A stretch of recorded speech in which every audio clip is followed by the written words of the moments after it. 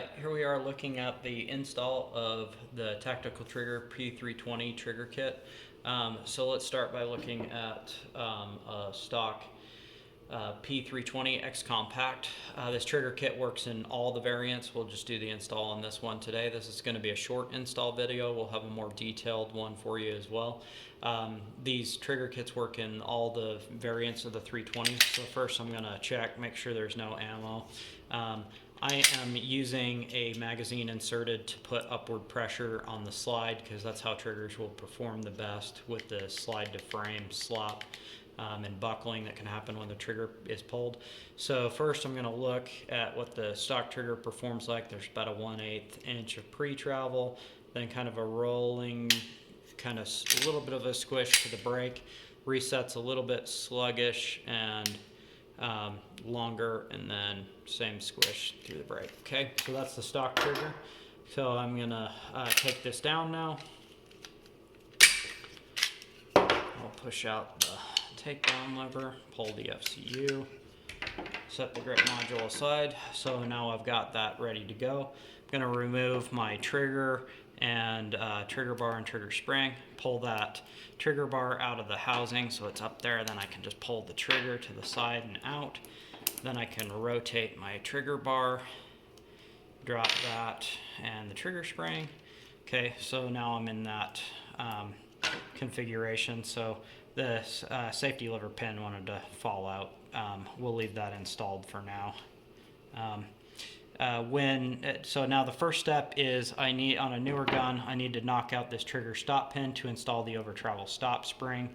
And let's do that first. So I'll take a punch and knock this out with a hammer. I'm using a tape block. You can use an armorer's block. You can use kind of whatever you want. The tape block is handy.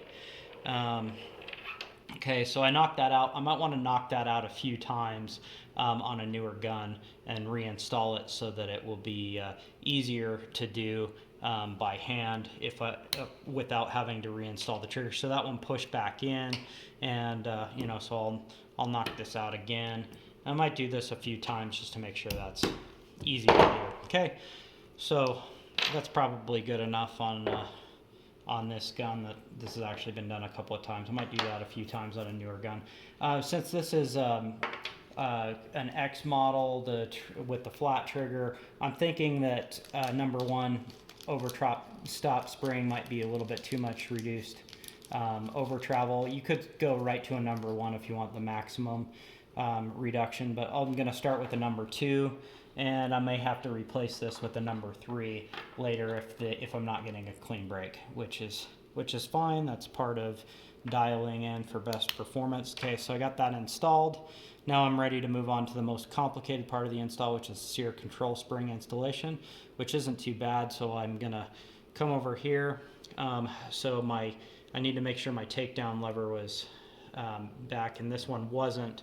It dropped in the process of installation, so I'm going to push this takedown lever back. I got to hold the slide catch down, push the takedown lever back, and then drop the slide catch so it is holding the takedown lever back right there. Okay, my safety lever pin just dropped out, which isn't a problem because I'm going to take out the safety lever anyway.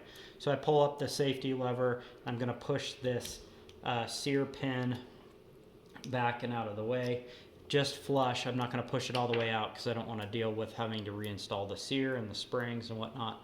Now I'm going to take the safety lever. Since my safety lever pin was already out, if it was a manual safety, it would have been the manual safety that would have come out. Okay, so I pull my safety lever, put that aside.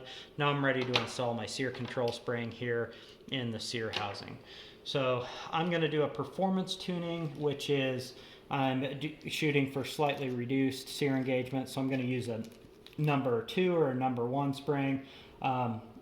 If I wanted full engagement, I might use a number 3 or a number 2 spring, and I'll check the Sear engagement. So I might have to change this out as well if I'm not getting the Sear engagement that I need. So to do this, this needs to go down inside the Sear housing, and we'll go around the safety lever pin in there. So I'm going to use tweezers. I'm going to be careful that I don't shoot this, and I'm not going to compress it too much. gonna just kind of compress it just a little bit there, and I need something. Where did my tool go? Oh, there it is. Okay, and then I'm just gonna push that down into the housing, and it popped down in there just fine. So now it's in there. I'm gonna take my screwdriver and just kind of push the spring to seat it into the hole of the safety lever pin where that goes. Okay, and so now that spring is out of the way of where the safety lever reinstalls, so I'm going to reinstall the safety lever, make sure the spring's not all bound up in there. Okay, and then I'll put the safety lever through, should go through and the spring is over the safety lever in the fire control unit, and I just need to check the alignment of the through hole for the safety lever pin. Okay, so that's all good and installed now. Now I just come back and I reseat the Sear pin. Okay, so that's all seated correctly and everything is working right.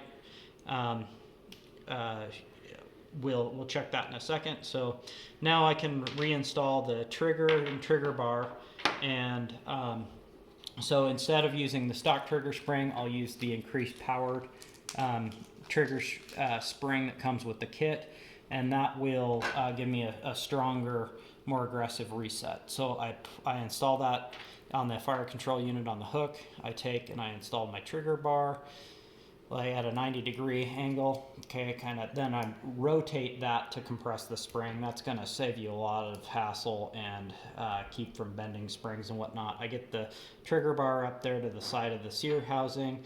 Then I'm ready to install my trigger. It pushes in, and it needs to go in this notch of the trigger bar. And okay, so I just need to get that seated. There, it's seated. Okay, now I can just push this back into position. Okay, now that rotated in, now everything is working, and I can check that. I can drop the takedown safety and see, okay, the Sear is moving when I pull the trigger, the safety lever's coming up, everything's good.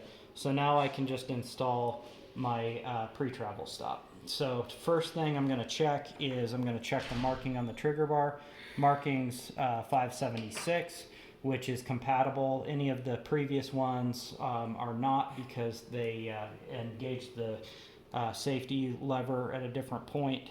Okay, so I just take my pre-travel stop and I take the layered end and I install that. I pull the trigger slightly and then install that between the trigger bar and the Sear housing inside there. So it should look like that. And this is going to be fully retained once the grip module is reinstalled. So that's the installation of the lower. So now I'm ready to reinstall that into the grip module. Put the trigger first down in, put that in, slide that back. Okay. And then since I dropped the takedown lever, I've got to align my takedown and then rotate and then push that back in and get that ready. Okay, so now I'm ready for the upper. So if you want a crisp brake, you're going to need a polished striker. So I'm going to remove the slide cap and the striker assembly. So there's two options you can do with the kit. You can purchase a polished striker from us or a polishing kit. So I prefer to not take down the strikers because there's a reset spring in there, and these can be a little bit complicated, a lot of spring compression, whatnot. So in this state, you can get it by the safety lever, so this is fully forward, and then you can polish right in this condition.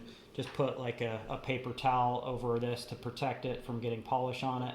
And then you put polish on your wheel. These polishing kits are available from us. You can polish this direction and that direction, and you'll do 5 or 10 passes until you get a mere shine. And all your polishing is just this surface here, and that's it.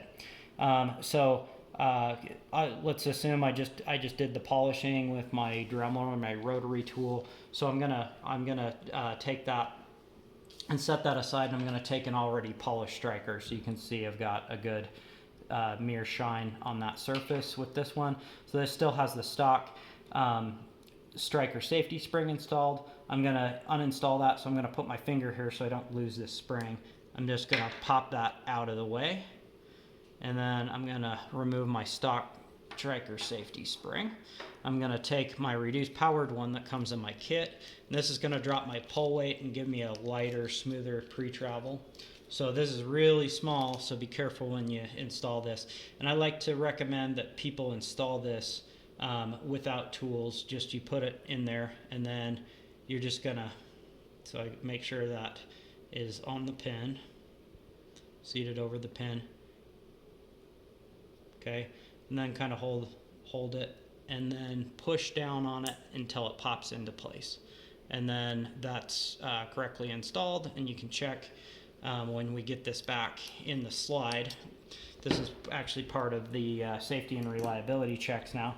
So I can put the slide cap back in, and I can check the function of this. So here is my striker safety. I'm going to push down on the striker safety, make sure it's returning back, and it's blocking the striker from moving forward until I press it forward. Okay, then I'm also going to check to make sure that I have my striker return spring installed, that it's actually pushing the striker back. And as I can, with this one, I can tell that I've got a little bit of issue with my striker return spring, but it is functional. I probably want to swap that out and put a new one in. I won't do that right now because it's not really necessary, and this will function reliably even like that, but something to watch to make sure that your striker reset spring is returning the striker back. Okay, and so that's all good, blocking that, so I know that that's all installed correctly. Now I can go and function check my gun. So reinstall the slide. And again, I like to install an empty mag so that I can see what's going on here. And I'll just function check initially. So I've got reduced pre-travel, it's about a 1/16 inch now to the wall. And then I've got this, whoa, that's really nice, short, clean break. So, and now I can check my over travel by, maybe I'll remove that, but I don't really need to. I can compress that down, and I could check and see if this is going to have okay, it's not breaking when I push down on the slide, so I would probably not want to run this in this configuration. I probably want to adjust the over travel. Okay, but before we do that, let's check sear engagement. So sear engagement we can view under the back plate here, and so if I've got a light, if you want to come in here, okay, let's view.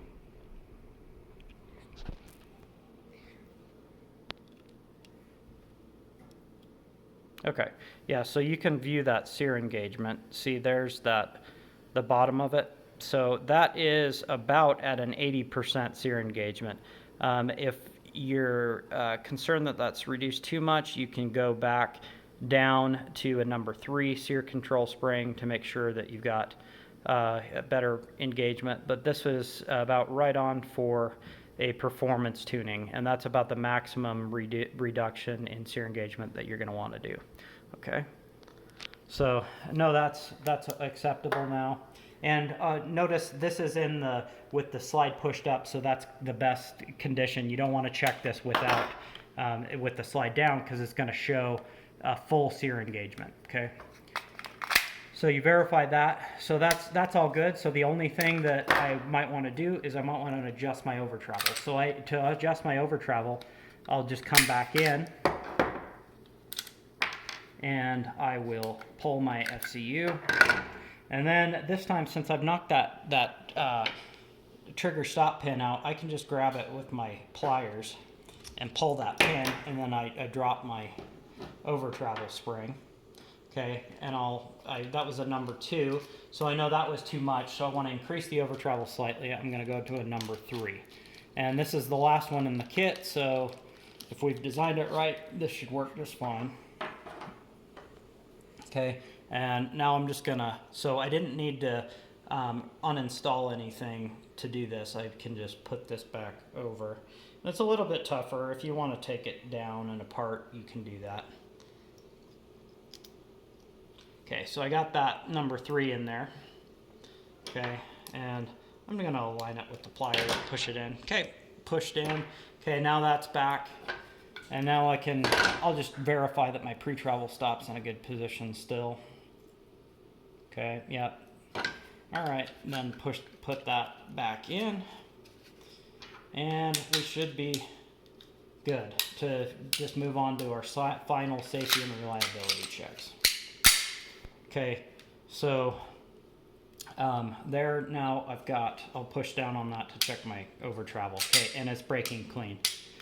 And that's a nice short reset. So now I'll put my mag in. So my function, 1/16 inch pre-travel, nice hard wall, really short tiny reset or brake, and very hard wall and brake, and then that really short and aggressive reset, and then right back on. So that's what you get. Okay, so final safety check. I'm going to check my striker safety. We already checked the Sear spring operation and whatnot, so those safety checks are in your manual. So I'm going to drop this. This is a little bit more complicated to do. So I pulled my slide cap, and then I'm going to release the slide. I'm going to hold this sleeve all the way down, and I'm gonna fire. Okay, and in the fired position, I'm going to push down on this the back end of the striker completely. Then I'm going to push on the striker with this tool lightly on the back, and I'm going to observe the travel distance until that striker safety is defeated. Okay, so there's about a 1/16 inch until it actually defeated. Okay, and then so that's what I check, and then I can continue to pull the trigger all the way back to make sure that there's no striker safety interference with the reduced over travel. So that all passed correctly, and so that concludes the basic install. So I'll put my slide cap back on, and there we go.